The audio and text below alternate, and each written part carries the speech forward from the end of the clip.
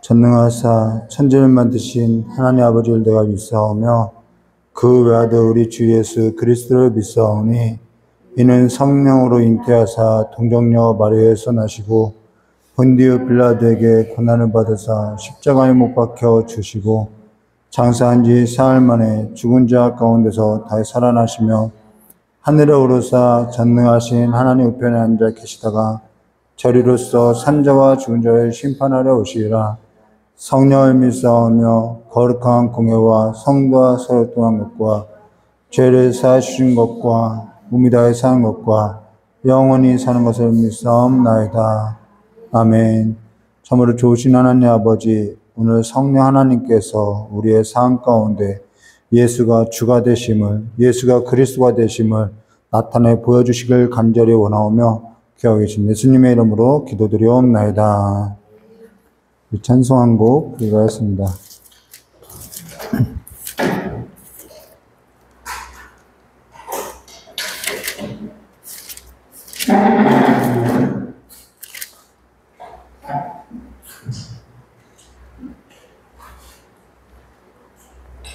찬송가 276장입니다.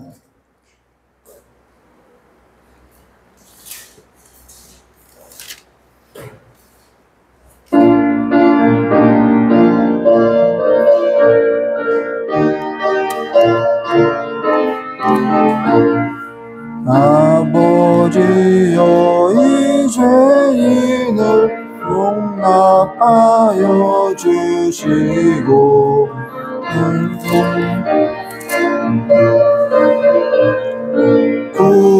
구원하여 주소서. 아버지를 떠나산지 벌써 오래되었고 험한 길에 고난 몸이 이제 돌아옵니다.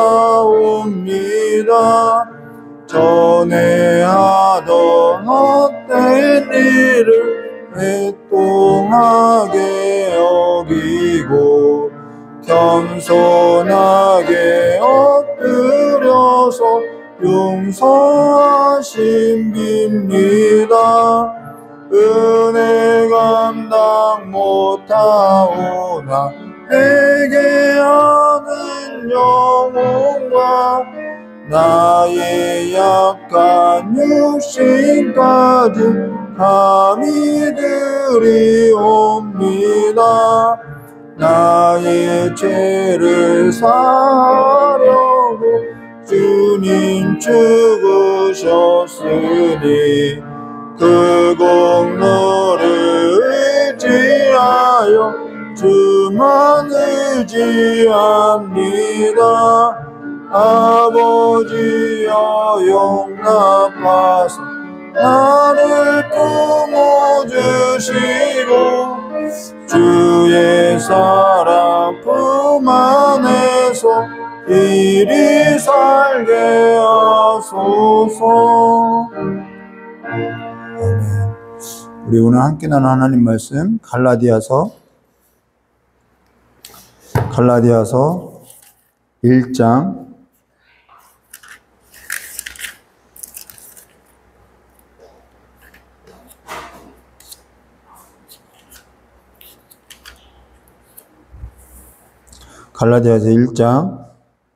11절에서부터 17절까지의 말씀 우리 한 절 한 절 나누도록 하겠습니다.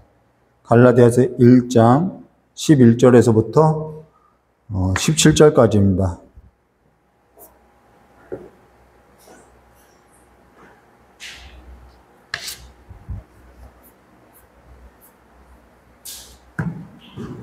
갈라디아서 1장 11절부터 17절 말씀 제가 먼저 교도하도록 하겠습니다. 형제들아, 내가 너에게 알게 하노니 내가 전한 복음은 사람의 뜻을 따라 된 것이 아니니라.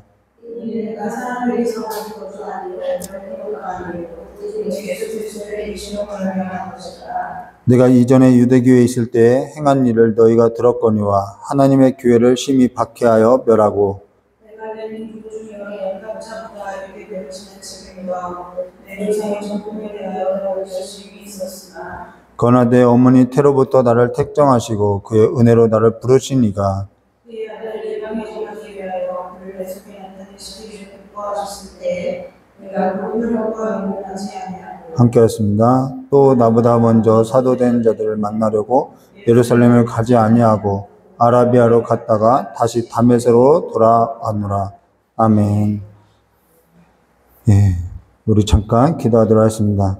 좋으신 하나님 아버지, 이제는 다른 복음이 아니라 다른 세대가 아니라 바른 복음 다음 세대의 삶으로서 이제는 그리스도 예수 안에서 살아가는 삶이 될 수 있도록 우리를 그리스도와 함께 일으켜 주시길 간절히 원하오며 기억하신 예수님의 이름으로 기도드리옵나이다. 네, 오늘은 갈라디아서 1장 1절과 17절 말씀 가지고요. 오직 예수 그리스도의 계시로 말미암은 것이라 라는 제목으로 우리 함께 나누도록 하겠습니다. 오늘 우리에게 있어서 이 갈라디아서가 중요한 이유가 뭐냐? 물론 모든 성경이 다 중요하죠. 근데 오늘 우리에게 있어서 이 갈라디아서가 정말 중요한 이유가 뭐냐? 그건요, 갈라디아서가 직접 서술하고 있는 것 같이 다른 복음이 아니라 바른 복음이 뭔지 오늘 우리에게 선포하고 있다는 거예요. 오늘 우리는 내가 다른 복음을 듣고 있다라고 생각하지 않아요. 내가 그리스도의 삶에 있어서 속히 떠나 있다라고 생각하지 않아요. 왜요? 교회를 나왔거든요. 교회 생활을 하고 있거든요. 그러니까 내가 그리스도의 복음에 있어서, 다른 복음에 있어서, 내가 바른 복음에 있어서 이렇게 떠나 있다라고 보지 않는 거죠. 그래서 갈라디아서가 중요한 것은 다른 복음이 아니라 바른 복음이 뭔지 선언하고 선포하고 있다는 거예요. 그러고 나서 다른 하나는 바른 복음에 있어서 그럼 유대교와 달리 기독교에 있어서 뭐가 다르냐는 거예요. 유대교와 기독교가 뭐가 다르냐는 것이죠. 그건요, 예수를 어떻게 보고 있느냐, 예수를 어찌 고백하고 있느냐, 내 안에서 예수를 어떻게 믿고 있느냐가 다르다라는 거예요.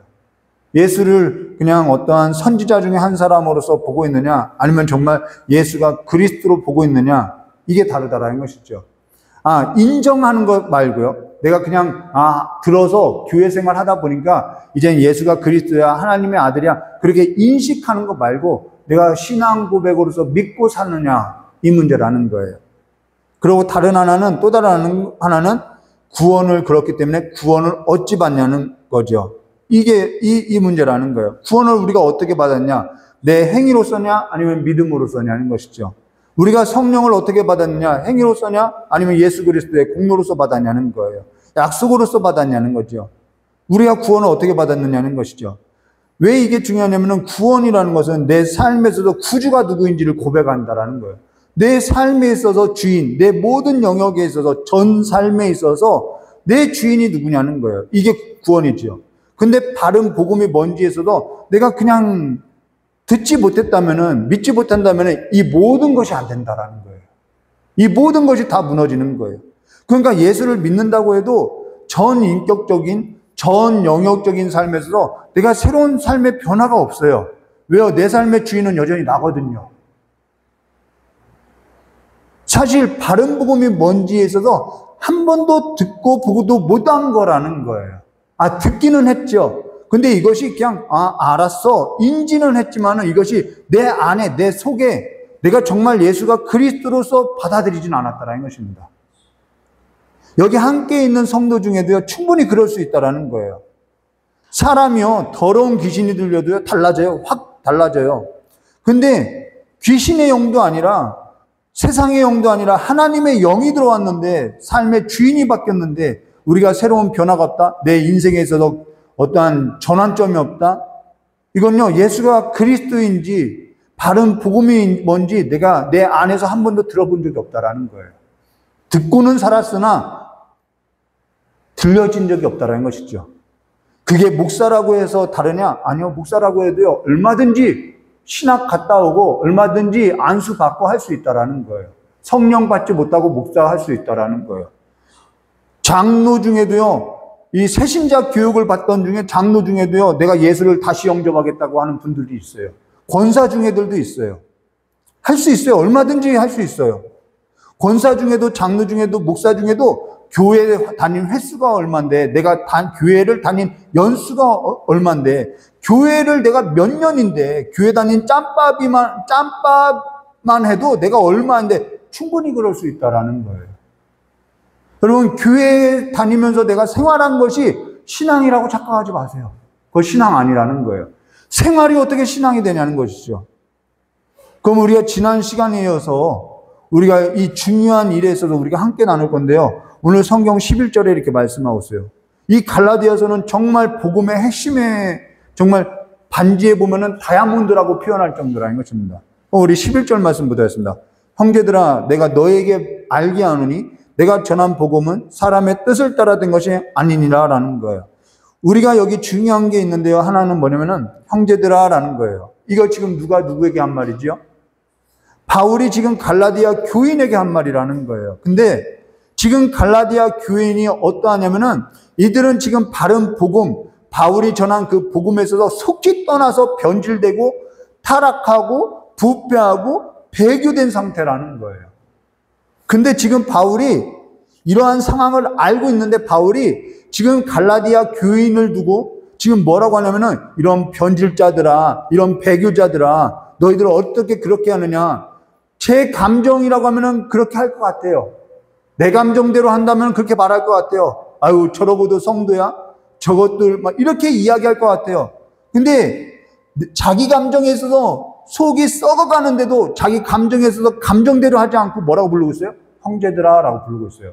이건요 굉장히 따뜻한 언어라는 거예요. 이건 표현할 수 없는 따뜻한 언어라는 거예요. 그러하다면 어떻게 해서 바울은 지금 갈라디아 교인에게 형제들아 라고 하면서 이렇게 따뜻하게 표현할 수 있냐는 거예요. 어째서 그럴 수가 있죠?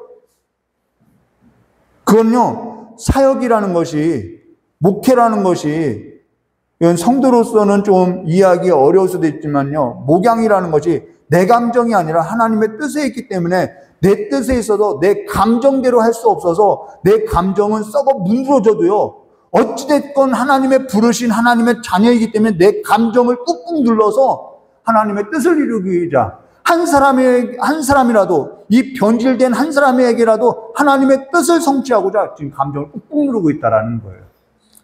여러분, 목회가 힘든 건요, 경제 상황이 어려운 것에 있어서 힘든 것이 아니라요, 목회자도 사람이라서 감정이 있는데 내 감정대로 하면요 쉬워요. 근데 내 성질대로 할 수 없어서 힘이 드는 거예요.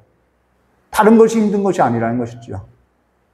그러니까 하나님이 좋지 않으면요, 저는 사역을 한다고 하는 사람들에게 솔직하게 말하고 싶지만은 정말 하나님이 좋지 않으면은 내 감정에 있어서 하나님의 뜻에 있어서 내가 굴복시키지 못할 것 같으면은 가지 않는 것이 낫다라고 이야기하는 거예요.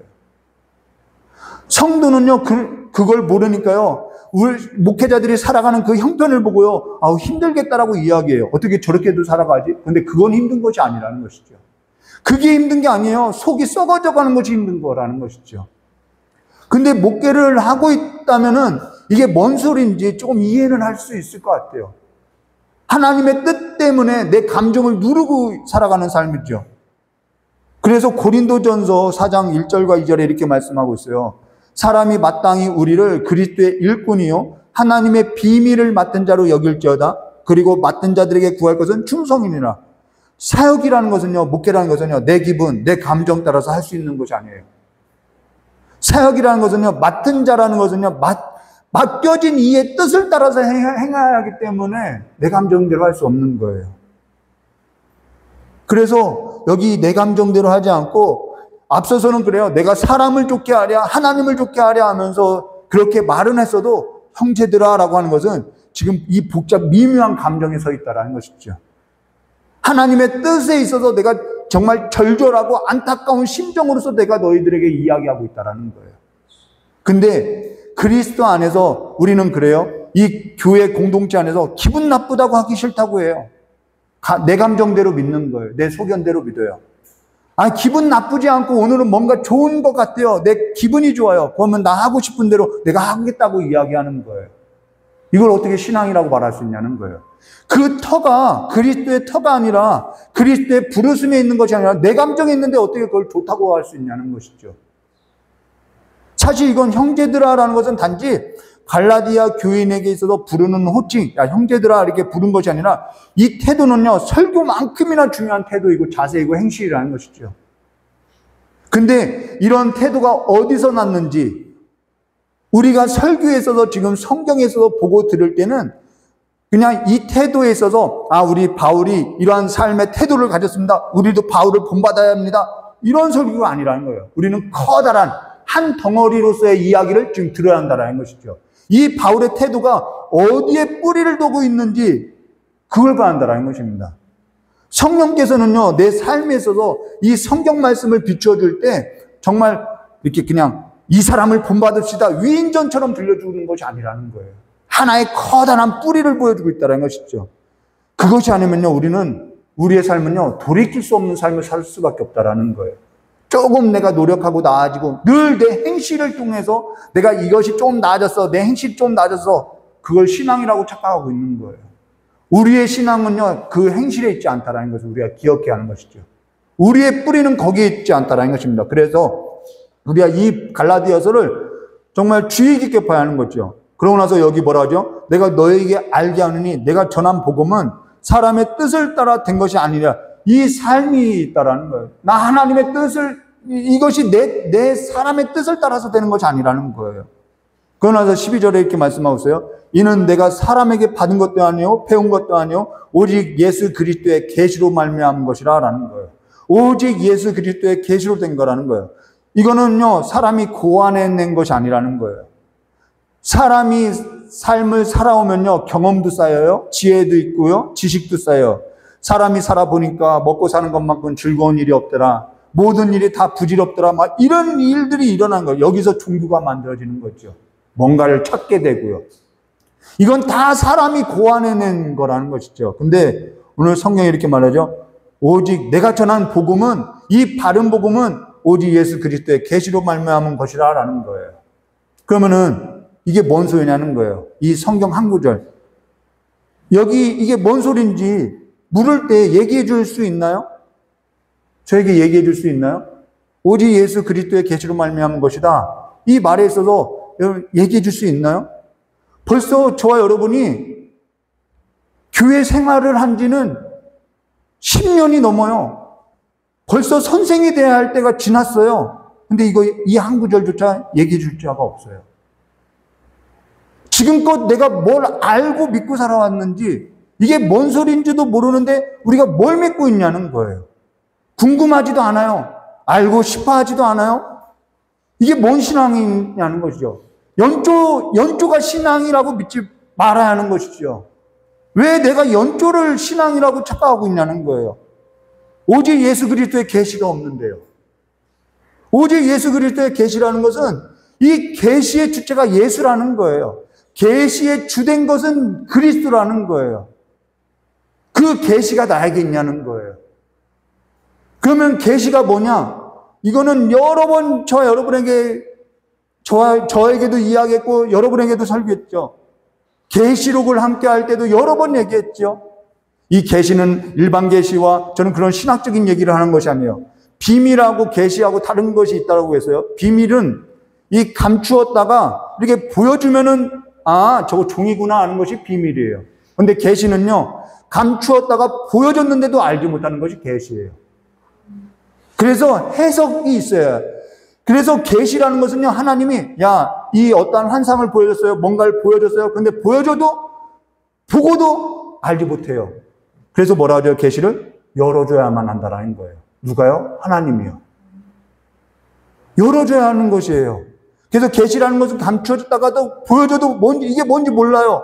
그러면서 계시라는 것은요, 하나님께서 열어주다라는 의미가 있고, 하나님께서 열어주셔야만 우리가 보고 알 수 있는 것이 계시라는 거예요. 그러니까 내가 성경을 읽고, 이거구나, 인지하는 것을 믿음이라고 할 수 없다라는 거예요. 설교를 듣고, 설교 그런 거구나, 그렇게 인지하고 동의하는 데서 우리가 믿음이라고 할 수 없다라는 거예요. 계시적 사건이죠. 근데 이 성경책이 그와 같은 계시의 책인데, 성경이 계시하고 있는 그 주된 것이 뭐냐면 예수가 그리스도이다. 예수가 그리스도라는 거예요. 그걸 계시하고 있어요. 근데 이걸 누가 열어주냐면은 우리가 성경을 읽어도 그게 보이지 않아요. 왜요? 계시의 책이기 때문에 성령께서 열어주지 않으면은 제가 아무리 여러분에게 설교를 해도 그런가 보다 할 수 있어요. 성령께서 열어주지 않으면 그냥 그런가 하다는 거예요. 성경을 보고도 예수가 그리스도라는 것을 막 믿어지지가 않는 거예요. 그러니까 보고 들어도 그냥 그런가 하고 마는 거죠. 그러니까 동의는 해요. 인정은 해요. 근데 그것이 내가 믿고 있다고 착각하는 거예요. 그리고 교회 생활하는 거예요. 오늘 저 여러분이 바른 복음에서도 풀어 들려줘도 그러면 성령이 아니면은 그런가 하고 또 듣고 나서 그냥 가서 전에 하던 대로 내 기분대로 내 삶대로 그냥 사는 거예요. 그러니까 기도할 때마다 예배 전에 중요하다고 이야기했죠. 계시의 정신을 달라고 내 어두운 눈을 성경을 읽을 때마다 내 어두운 눈을 밝혀달라고 주여 듣겠습니다. 내 귀를 열어달라고 우리는 기도해야 한다는 것이죠. 이것이 내게 있는 것이 아니기 때문이죠. 그 삶을 살아야 하는 거예요. 근데 예배 전에 우리가 뭐 하고 있죠? 그냥 습관을 따라, 전통을 따라, 교회 생활을 따라서 여기저기 주워 들은 건 있으니까 그냥 나와 있는 거예요. 여기에서도 가난한 자로, 복 있는 자로 서 있지 않고 가슴을 치지 않고 의에 있어서 진리에 있어서 알고자 하지 않는 거예요. 그저 1시간, 예배 시간 그저 앉아 있다가 그저 밥 먹고 그냥 가는 거예요. 그리고 나서 나는 다 했다고 하는 거죠. 그게 10년, 20년 된다고 해도요, 성경 한 절 열려지지가 않는 거예요. 성경 한 절 안 읽어줘요. 뭔 소리인지 알지 못해요. 여기 바울이 오직 예수 그리스도의 계시로 말미암은 것이니라 했어도 꺼낸 이유와 사건이 있다라는 것입니다. 꺼낸 이유가 있어요. 그게 오늘 내 삶에 있어서 이 사건이 없고요. 이 바울이 오직 예수 그리스도의 계시로 말미암은 것이다라는 이 말을 한 이유가 내 삶에 없다면요. 우리는 또 오늘 내 삶에 이것이 없다면은 집에 갈 생각, 밥 먹을 생각 하지 않고 정말 오늘 내가 여기서 결단하고 내가 이 바울이 꺼낸 이 이야기가 뭔지 이 사건이 뭔지 내가 경험하지 않고서는 내가 가지 않겠다라고 결단하고 이 자리에 머물러 있어야 한다는 것이죠. 성령이 임하기 전까지는 예루살렘을 떠나지 않고 내가 바지라도 붙들고 있어야 한다라는 거예요. 여러분, 이 삶이 있어야 하는 거예요. 영이 뭔지도 몰라요. 영이 뭔가요? 물어보면 뭔지도 몰라요. 모르는 성도들이 있을 거예요. 근데 교회를 다닌 연수를 신앙으로 보고 오늘 저와 여러분이 이렇게 신앙의 수준을 갖고 살아가면 되겠냐는 것이죠. 게을렀던 것 아니냐는 것이죠. 그러면 여기 바울이 오직 예수 그리스도의 계시로 말미암은 것이라 이 꺼낸 이유와 사건에 있어서 우리가 함께 나눌 건데, 여기 바울이요, 예수 그리스도의 계시에 있다라는 이 사건에 있어서 예수 그리스도의 계시로 말미암은 것이다라는 이 사건이 있기 전과 이 있기 후가 달라요. 바울은요, 여전히 믿음이라는 건 있었어요. 근데 이 예수 그리스도의 계시가 있기 전의 삶, 믿음이 오기 전의 삶과 믿음이 오고 난 삶이 전혀 달라요. 우리에게 그것이 있어야 하는 거예요. 그래서 13절과 14절에 이렇게 말씀하고 있어요. 내가 이전에, 나오죠? 예수 그리스도의 계시가 있기 전에라는 거예요. 내가 이전에 유대교에 있을 때 행한 일을 너희가 들었거니와 하나님의 교회를 심히 박해하여 멸하고 내가 내 동족 중 여러 영가자보다 유대교를 지나치게 믿어 내 조상들의 전통에 대하여 더욱 열심히 있었으나, 이 몇 가지 특징이 있죠. 하나는 내가 이전에 유대교에 있을 때 행한 일을 너희가 들었거니와, 유대교에 있을 땐 예수를 그리스도로 안 봤어요. 첫째는 그는 유대인이에요. 앞서서 유대교가 갈라디아서가 쓰여진 것이 유대교와 이 기독교가 다른 것이 뭔지 이야기했죠. 예수 그리스도의 고백이 다른 거예요. 그러고 나서 그가 유대교였죠. 다른 하나는 하나님의 교회를 심히 박해하며 멸하고라는 것은 그는 교회 박해자였다라는 것이죠. 저도 여기에 할 말이 없어요. 내가 내 동족 중에 여러 영가자보다 유대교를 지나치게 믿었어요. 믿음이 있다고 이야기하잖아요. 열심이었어요. 특심이었어요. 열정, 생기. 우리는 이런 사람 보면요, 뭐라고 하죠? 신앙 좋다고 할 거예요. 열심히 있지요. 특심이 있지요. 열정이 있지요. 유대교에 종교에 열심히 있지요. 이보다 사람 보기에는요 좋다고 할 거예요. 근데 바울이 뭐라 하죠? 내가 예수 그리스도의 계시가 없을 때는 이라는 거예요. 그러면서 바울은 뭐라고 하냐면 로마서 10장 2절에 이렇게 말씀하고 있어요. 내가 증언하느니 그들이 하나님께 열심히 있었다고 하잖아요. 열심히 있으나 올바른 지식을 따름이 아니라는 것입니다. 이게 그가 나중에 로마서를 쓸 때 자기의 열심을 낸 게 올바른 지식을 따르는 열심이 아니라고 고백하고 있다는 거예요. 열심히 올바른 지식이 없을 때는 그 열심이요, 교회를 어지럽게 하고요, 교회를 멸하고요, 교회를 박해하더라는 거예요. 내 지식, 내 신념, 내가 그동안에 알고 있었던 그 교회 생활, 그러한 모든, 그리고 내가 알고 있는 그 도덕적인 경험, 도덕적인 질서가 교회를 박해하고요, 교회를 멸하고요, 교회를 분열시키는 데 쓰이더라는 거예요. 저 역시 그런 삶을 살았어요. 그런 일이 적지 않아요. 진노를 하나님 앞에 쌓이는 삶으로서 살아왔다라는 것이죠. 그리고 나서 뭐라고 하죠? 나 교회 때문에 시험 들었다고 하는 거예요. 이게 제가 했던 일들이라는 거예요. 또 하나는 뭐냐면요, 내 조상의 전통에 대하여 더욱 열심히 있었으나 라고 열심히 있었다고 이야기해요. 우리는요, 갈멜산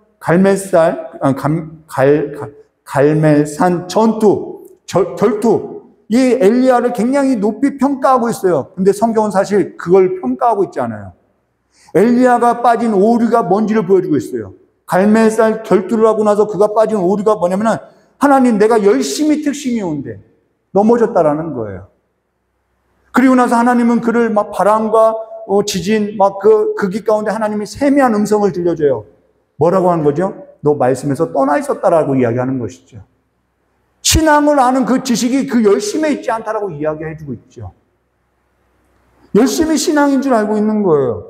사도 바울도 예수가 그리스도인 줄 몰랐을 때는요, 그와 같이 올바른 지식을 따르는 삶이 아니었던 것이죠. 빌립보서 3장 4절과 9절 말씀 볼까요? 그러나 나도 육체를 신뢰할 만, 이때는 육체를 신뢰했던 거예요. 육체를 신뢰할 만하니 만일 누구든지 다른 이가 육체를 신뢰할 것이 있는 줄 생각하면 나는 더욱 그러하다. 이런 거죠. 나는 모태에서부터, 태어날 때부터 난 믿음의 가정에서 태어났다. 이런 게 다 자랑인 거죠. 나는 8일 만에 할례를 받고 이스라엘 족속 베냐민 집파 우리 아버지가 장로이고 목사이고 히브리인 중에 히브리인이고 율법으로는 바리새인이고 열심으로는 교회를 박해하고 율법에 의로는 흠이 없다. 난 말씀에 있어서 부모님의 교육에 있어서 다 지키고 살았다고 흠이 없는 자라는 거예요.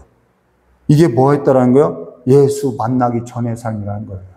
그러고 나서 7절에 이렇게 말씀하고 있어요. 그러나 무엇이든지 내게 유익하던 것을 내가 그리스도를 위하여 다 해로 여길 뿐더러 이게 있어야 하는 거예요.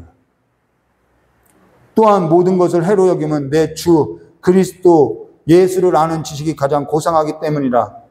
여러분, 예수가 내 삶의 주로서 이게 만나는 경험이 없으면요, 이러한 고백이 안 되는 거예요.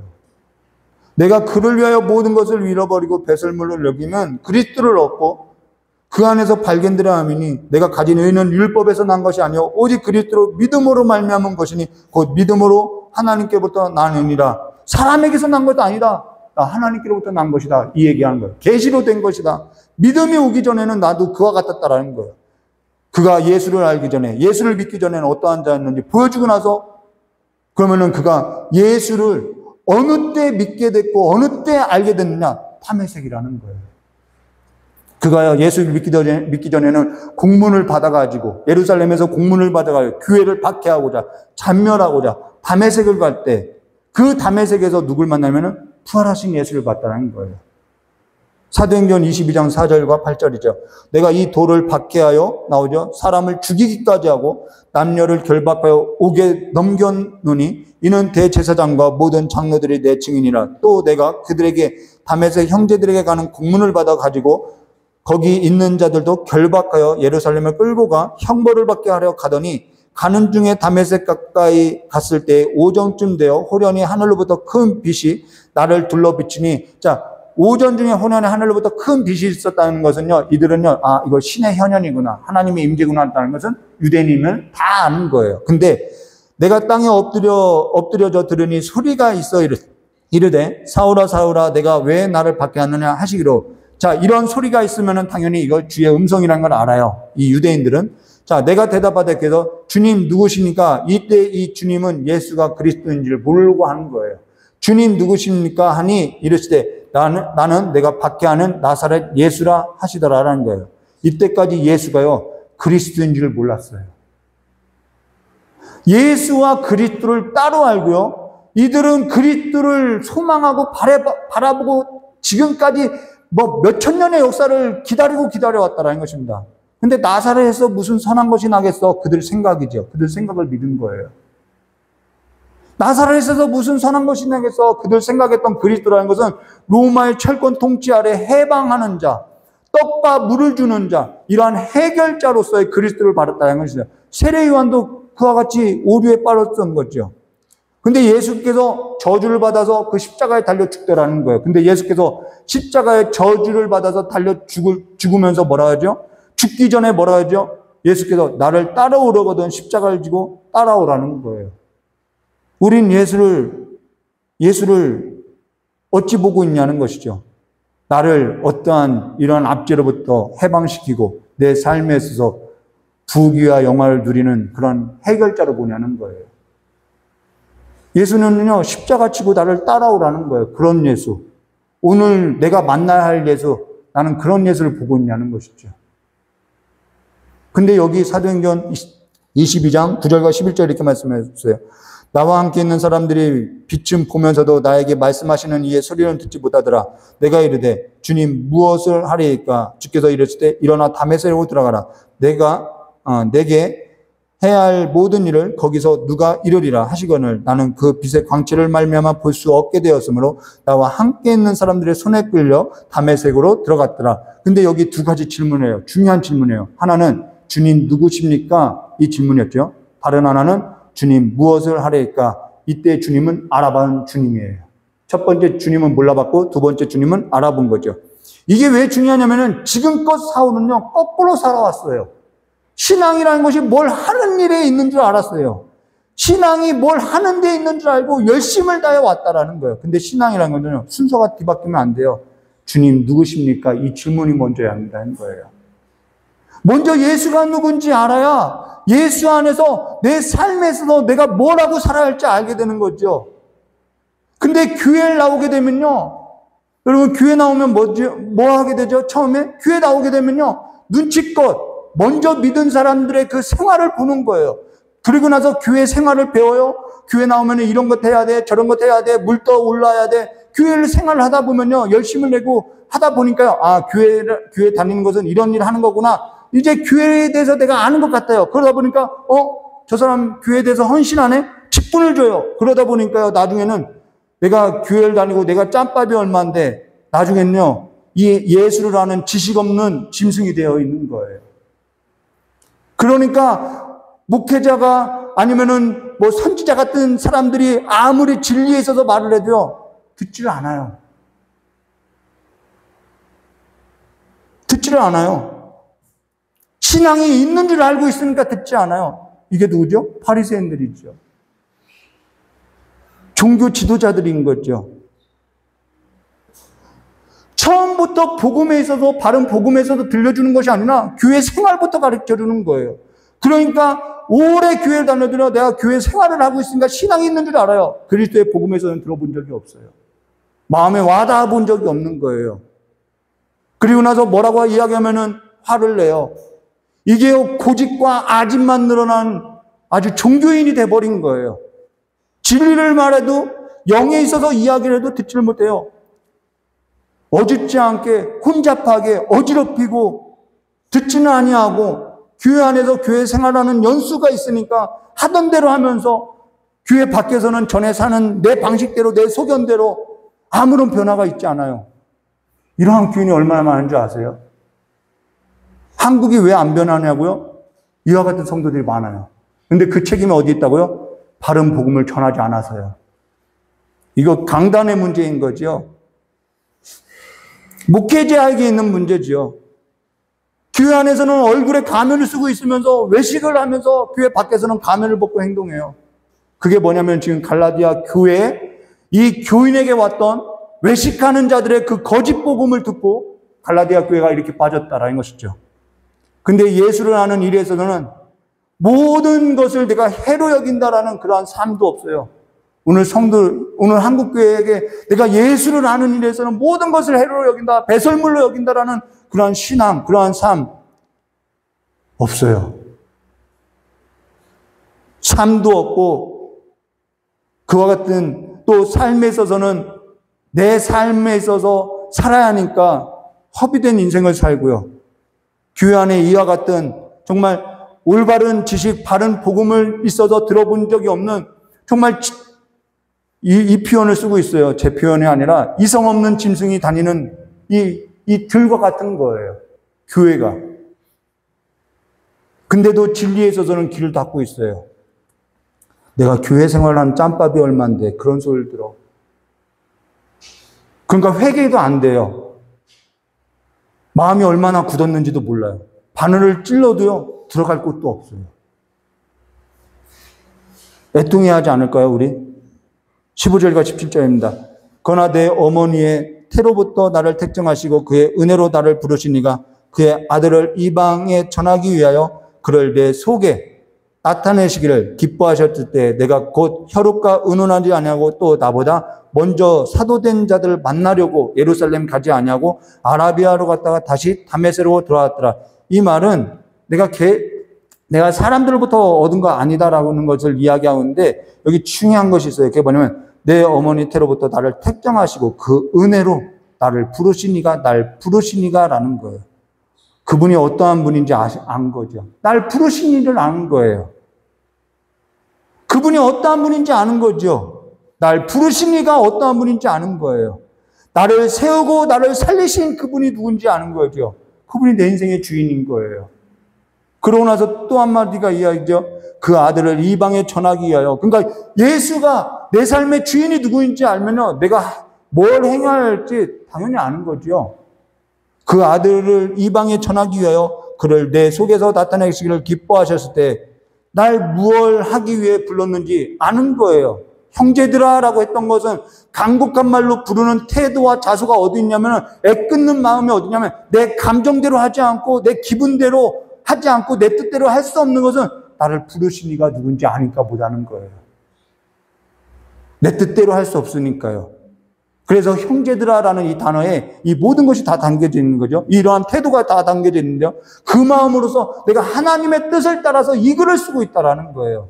여기 있는 모든 삶이 어디서 나왔느냐면은 여기 있는 모든 삶의 영역의 태도와 행실이 어디서 났냐면은 오늘 성경에 나오죠. 그 아들을 이방에 전하기 위하여 그를 내 속에 나타내신 일을 기뻐하셨대. 여기서 뭐라 하죠? 예수가 그리스도라는 그 사실을 어떻게 나타냈어요? 내 속에서 나타날 때. 내 속에서 나타났다라는 것입니다. 예수가 그리스도거나 이것이 내 안에서 이루어졌다라는 거예요.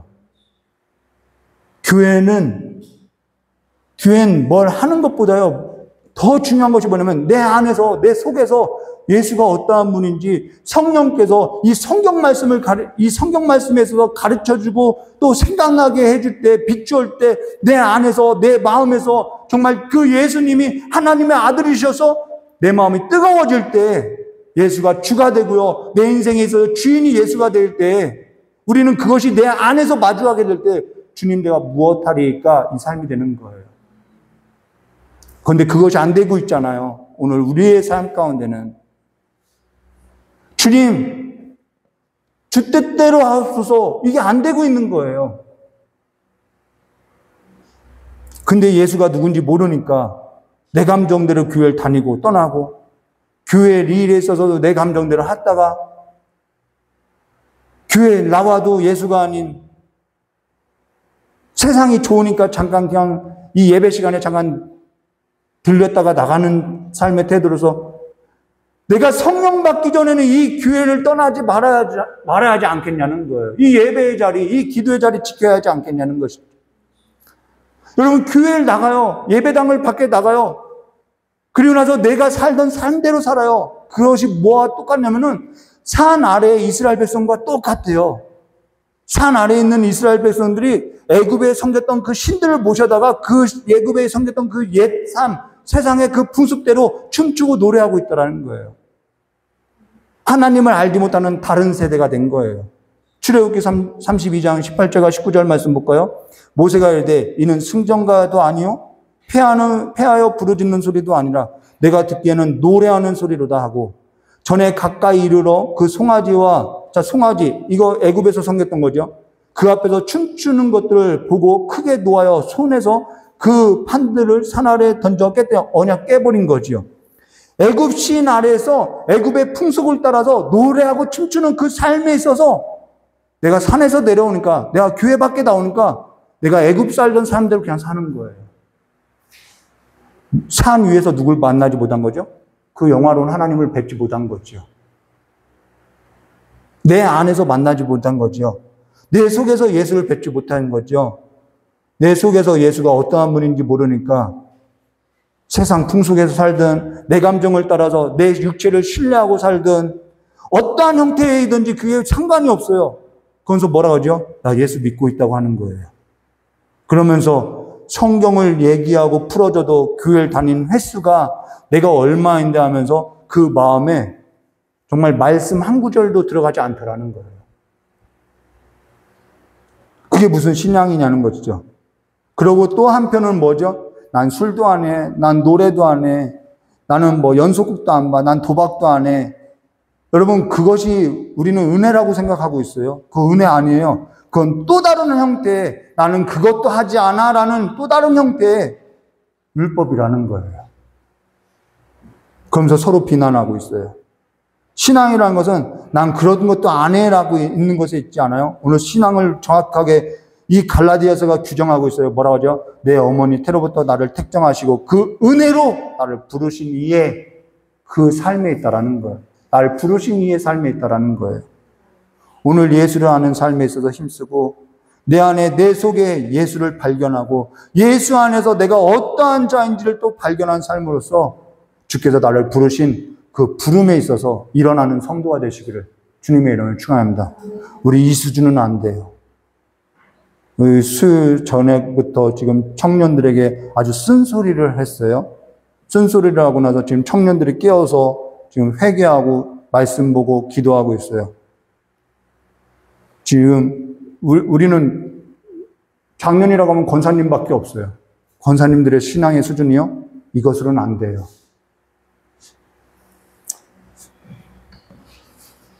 제가 그동안은 좀 음란하게 하나님을 섬겼어요. 사람을 보면서 사람에게 듣기 좋게 사람의 감정을 따라서 사람 마음 안 상하게끔 목회해왔어요.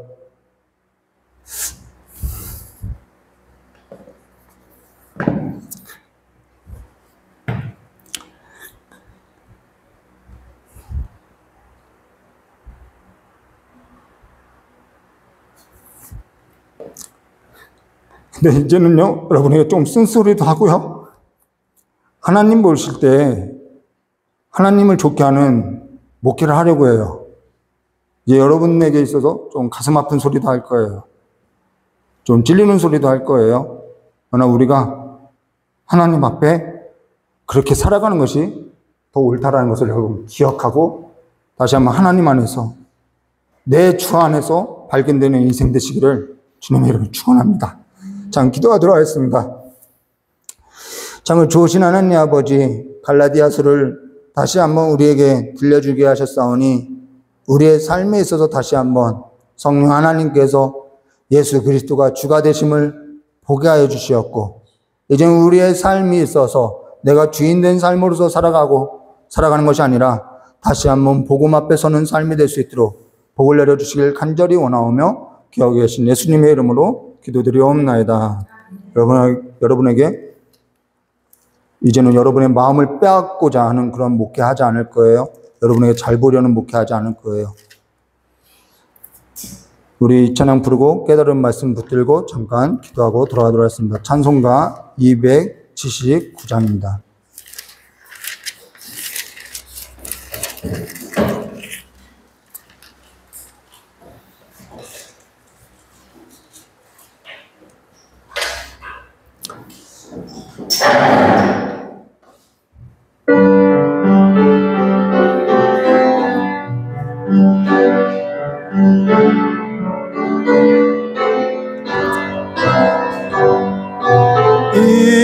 인내하신 곳에 주여 내가 비오니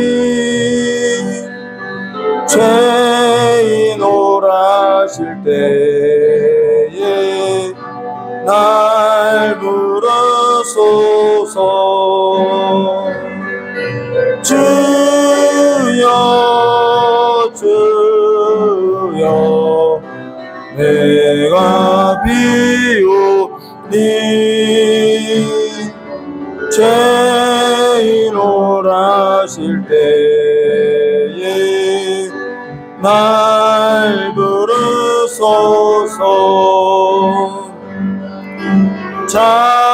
자비하신 보좌 앞에 꿇어엎드려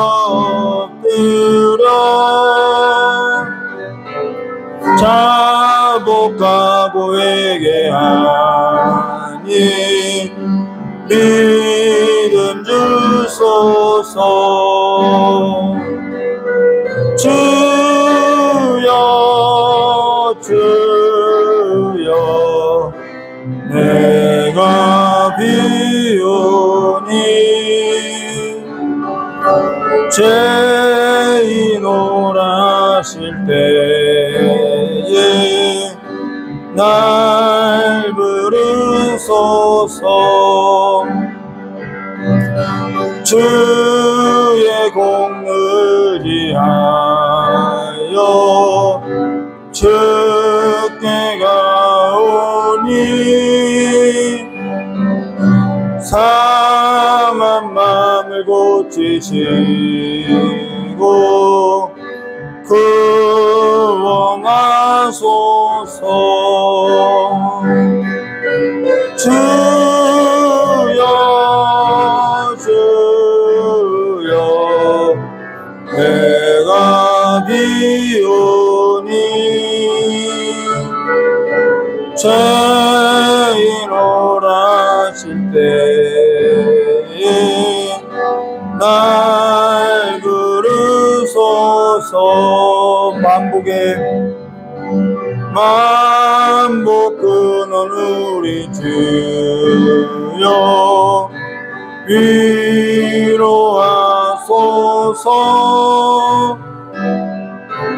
우리 주와 같은 이니 어디 있을까.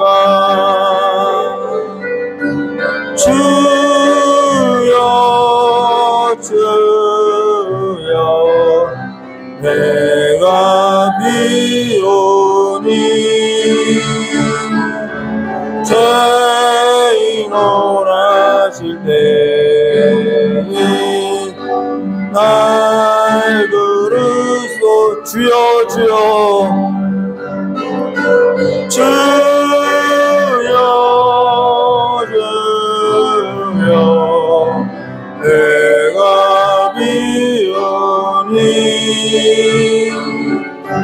죄인 오라실 때에 날 부르소서. 우리 반주 작게 해주시고요. 수요일날 청년들 예배를 드리는데 회개가 일어났어요. 근데 제가 그래도 나 목사인데 저도 회개하고 소리 지르고 기도하고 싶은데 저도 나의 목사인데 그래도 이 생각이 먼저 드는 거예요. 그러면서도 한편으로는 내가 죄인인데 하나님이 이 찬양 곡이 생각나면서 나 지나치면 어떡하지? 그게 너무 두렵더라는 거예요. 그래서 이야기하는 거예요. 주님이 우리를 부르실 때 지나가지 말라고. 그건 바지가랑이를 붙잡아야 하지 않을까요? 오늘 내가 이렇다고 고백해야 하지 않을까요? 오늘 이 시간에 깨달은 말씀 붙들고 자유롭게 기도하고 돌아가도록 하겠습니다. 자유롭게 기도하세요. 참으로 좋으신 하나님 아버지, 우리 삶에 있어서